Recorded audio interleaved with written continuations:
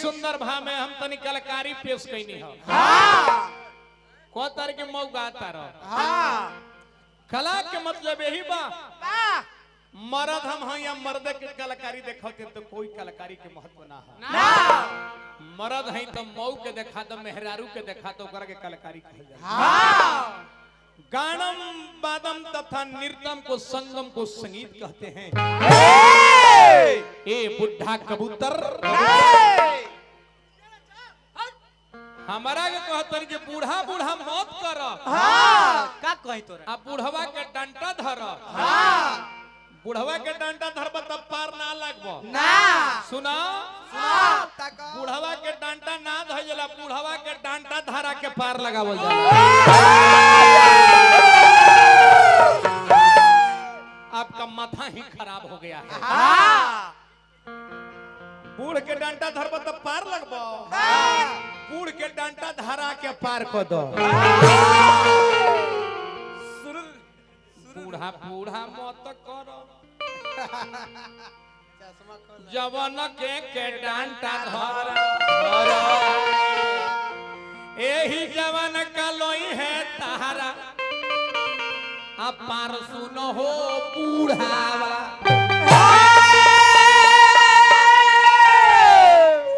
अतना तो पागल ब्यासे ना देखले रहनी हम। बूढ़ के तो अपने चल के सहूर नहीं खे ना तो उनका डंटा धरबा तो पार लगबा केवरी लसरा के गिर जइबा। कोनो जवान बछरू के डंटा धौल पार लग जइबे पैथर नहीं। एगो औरी बात कहनी हमरा बड़ा कैसन तो लागल। हां तनी की अगर फिल्म में जितना फालतू फालतू गीत गावत लो हिली में जाए के व्यवस्था हो जाता। रउओ तो फालतू गौले रहनी हो। ढेर दिन देखले रहनी है कि डोहड़ी में बियर ढले रहनी है। लेकिन आज तक फिल्म में ना गईनी ना। कुंवर जी खेसारी ढोड़ी में चोप से खोदवा के फिल्म में चल गई। रउआ काहे नीचे बानी। रउआ अंगुरी से खोदवा के फिल्म में चल जाए आ नहीं तो चोपे से खोद वाली फिल्म में चल जाए। जतना का तो फालतू का तो सब फिल्म रुआ काहे बैठल बानी। एगो बहुत हमरा के बाउर लगल हे मलिकार पंच परमेश्वर जितना भी बैठल बानी श्रोता समाज कहत रे हमरा के एक मच्छर ने काटा ये उसका जुनून था। मैं चाह करके नहीं मार सका उसमें मेरा कुत्ते का खून था। सुदर्शन ज्यादा के पैसा ना रखे ले ना। ऐसे हम फालतू बोली ना ना बाकी मुंह में अंगुरी करके बोलवावता रहा। इनकर जवाब दी ही नु कोनो दिक्कत नहीं खेनु ना। कोनो दिक्कत नहीं खेनु भैया का तो एक कुत्ते ने काटा एक मच्छर ने काटा उसका जुनून था। मैं चाह करके नहीं मार सका कि उसमें मेरा कुत्ते का खून था। एक कुत्ते ने काटा एक कुत्ते ने काटा उसका दिल का उद्बाद था।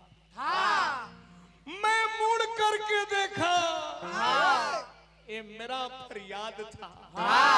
मैं चाह करके नहीं मार सका कि वो दोगले का औलाद था।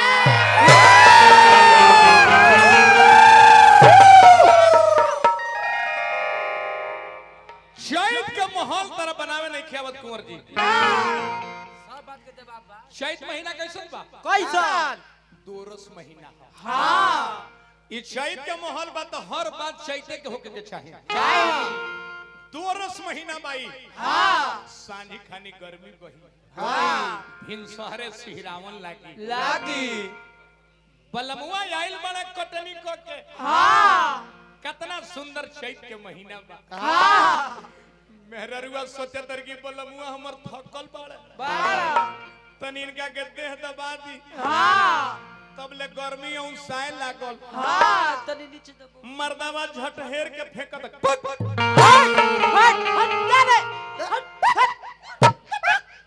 तू दे दो मोबाइल बड़ू कि घीव करे बड़ू गर्मी लगाता ना सुतम ना सुतम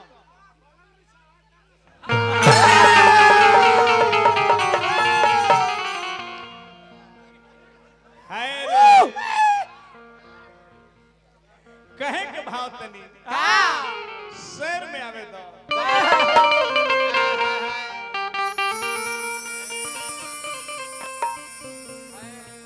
हर दूर सा बेअरिया में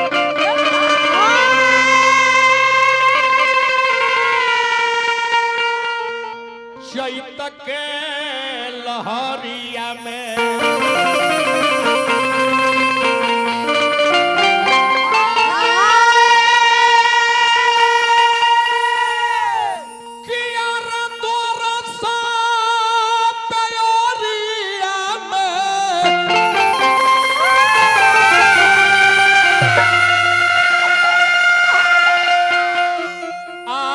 चैत के लहरिया में